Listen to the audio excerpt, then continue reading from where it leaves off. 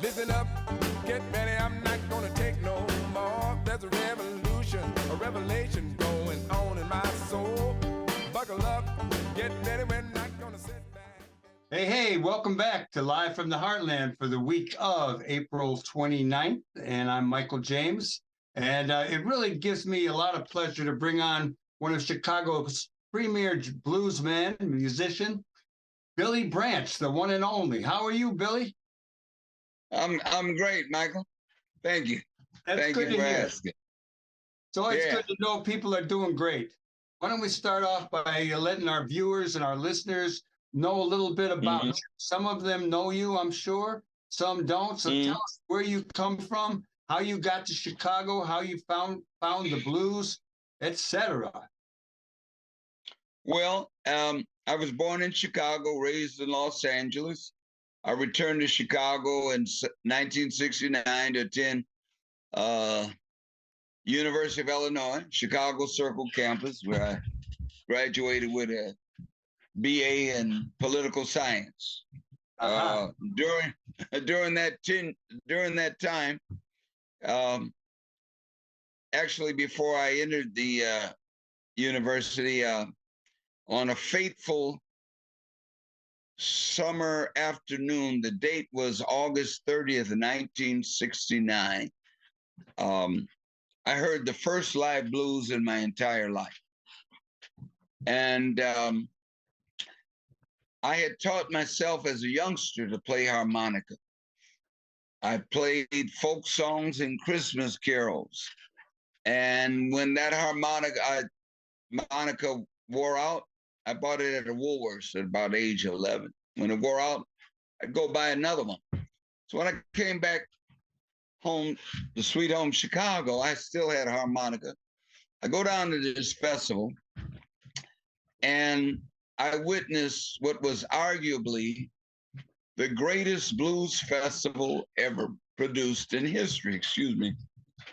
I'll name you some of the headliners: Coco Taylor, Buddy Guy, Junior Wells, Betty Everett, Big Mama Thornton, Bo Diddley, Muddy Waters, Big Walter Horton, Mighty Joe Young. There was like about 40 legendary names, and it was produced, and the backing band was by Willie Dixon and the Chicago All-Stars. Right. And this was the very first day I'd ever heard live blues in my entire existence. And I'm going to condense this to show you what an effect it had on me.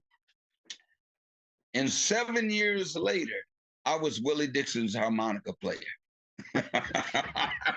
That's great. Yeah.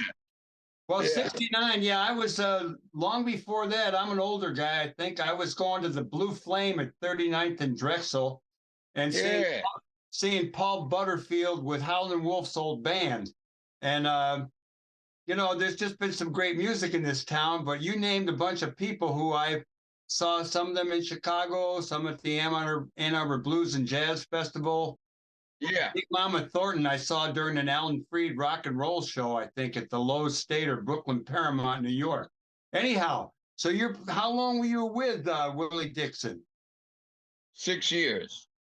And what kind of mark did that leave on your life? How did that influence you? It was an indelible mark. I'm regarded as one of the pioneers of the blues in schools movement, which I've been actively engaged in since 1978. As a matter of fact, I have an ongoing program currently on the West Side at Legal Prep High School with to Willie.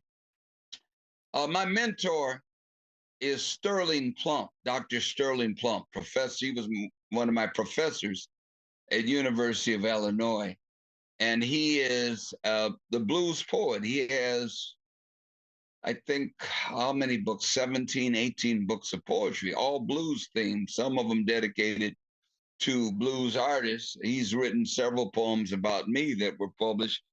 But Sterling said he's followed my whole career, because when I was in his class, I wasn't even in a blues band. I was far from it. And he says, when he saw me return from touring with Willie Dixon, musically, I was unrecognizable. The transformation was that profound. I learned so much. I replaced the late, great Carrie Bell. And Carrie Bell, because his son, Lurie, was the founding member of our group, which I still maintain the name, the Sons of Blues. Lurie was my guitarist. So I spent a lot of time at their home and spent a lot of time with Carrie Bell, in addition to the other greats like Big Walter Horton, James Scott, and Junior Wells. But Willie not only was very fundamental in me learning and perfecting the art of blues harmonica, but he instilled in me the value of the blues and its effect on the world and its value to African Americans. As they often quoted Willie Dixon quote, "The blues are the roots, everything else is the fruits. The blues are the facts of life." And so he instilled in me this great respect and appreciation for the blues, which has always been relegated to the backside or the back burner in terms of commercial exposure. You and I were talking a little bit earlier, and one of the people you talked about as a big influence in your life was Little Walter. And I wondered if you talk a little bit about Little Walter. I remember, in my younger time listening to My Babe and Juke, I still that album. So I know that you have some connect to Little Walter. How about sharing that? Well, unfortunately, I didn't meet Little Walter. As I said, I returned to Chicago in '69. Little Walter died in '68. You got some affinity. You've recorded some of his music. Well, I understand you're doing some work with his daughters. Little Walter was the quintessential genius. I mean, he's the guy that used this distortion and feedback way before Hendrix and the Rockers as a recording and performing device, because it was said that when Juke came out, and Lil Walter was the only chess record artist, blues artist, to have 2 #1 hits. He eclipsed even Muddy Waters. Those 2 hits were Juke and My Babe. Juke, I think, was released in 1952. And it was said that when Juke came out, jazz musicians would gather around the jukebox trying to figure out what instrument he was playing, because it sounded nothing like a harmonica. And coincidentally, I shared that with my students today in our Blues in Schools class, the high school students, because it was just a completely different, unique, very dynamic sound. Little Walter was a genius. You listen to his solos, you listen to a song like Roller Coaster, he's playing bebop, man. He's playing bebop. And I have traveled the world, and I have heard people trying to play like Little Walter in the Andes Mountains of Ecuador. I've heard they have a Little Walter school in China. I kid you not. I've been there. And I would say that Little Walter, above all harmonica players of any genre, is the most influential. Yeah. Now, Stevie Wonder in the US, of course, is the most well-known, but then you had other harmonica players in other fields like Toots Thielemans in jazz, and I'm trying to think of my man, classical. I met him, and then, but Little Charlie Walter, McCoy in country music. Charlie McCoy in country. You had I'm trying to think of the classical. I met him at a conference in Japan. Me and Lee Oscar. Lee Oscar introduced me to him. But you got Lee Oscar from War. But Little Walter, nobody has had such an effect of people trying to copy his style. Well, Billy Branch, I think you're going to do some kind of Little Walter celebration on May 2nd. Is that happening? Right. Because see, our last album on Alligator was called Roots and Branches. It's every song is a Little Walter song, but what we did, we interpreted about half somewhat true to the original, and then half we took liberties and we made it our own. And so nice. Even Juke is unrecognizable at first because it's got a different rhythm, but I'm playing the same solo as Little Walter throughout the song. And we are, as you mentioned, very good friends with Little Walter's daughter, Marion Diaz, who's named after her dad, Marion Walter Jacobs. And matter of fact, my wife is director of the Little Walter Foundation, and I'm on the board as well. And she's a sweetheart. And the foundation is to, spread the news about the genius and the influence of Little Walter, and also to provide educational resources for youngsters. Billy, where is that event going to be held? That's going to be at Fitzgerald's next Tuesday in Berwyn. Yeah. And we Blues Day Tuesday with our host, Tom Marker, who's been so kind to all of us blues folk here in Chicago.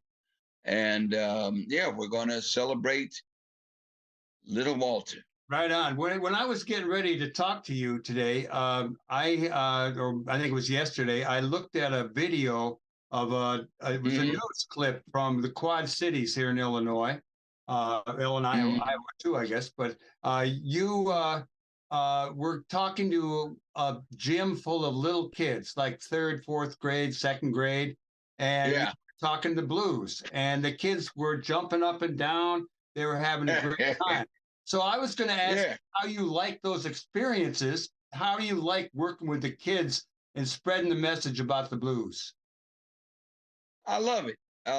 Like I said, I've been doing it. My first Blues in Schools program was 1978. I have some of those former students who now have grandchildren come to my shows on occasion and will tell me, Mr. Branch, I still have my harmonica. And it is one of the most rewarding, fulfilling things that you could imagine, because the goal is not just to have the youngsters perform, which they do. They perform in cases like my current program, my whole band is involved. So some of the kids learn bass, some learn drums, piano, guitar, and of course they all have to learn some harmonica. But I have letters, I have stories that would probably bring tears to your eyes. Not just Black children, not just white children, but children of all ethnicities, of all walks of life. I've been in the deep South where down in Tennessee, and the guy says, well, I sure like my grandson used to fight every day, but he didn't fight one bit since he was in your class. And he didn't tell me his teacher was colored, but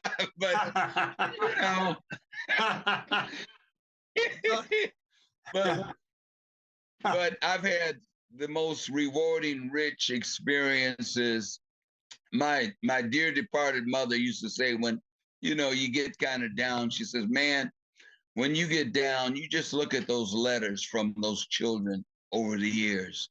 And she was right, because they're very uplifting, very inspiring. Well, Billy Branch, we're going to run out of time, but I'm going to fire one more question at you. There was a time when you had younger white kids like Corky Siegel and people like that playing with Muddy Waters, you know, back in 1962. For a while, we saw that where there'd be white kids backing up older blues guys. And now I'm wondering if there's a shift going on because you have like Freddie Dixon, who's the son of the guy you played with.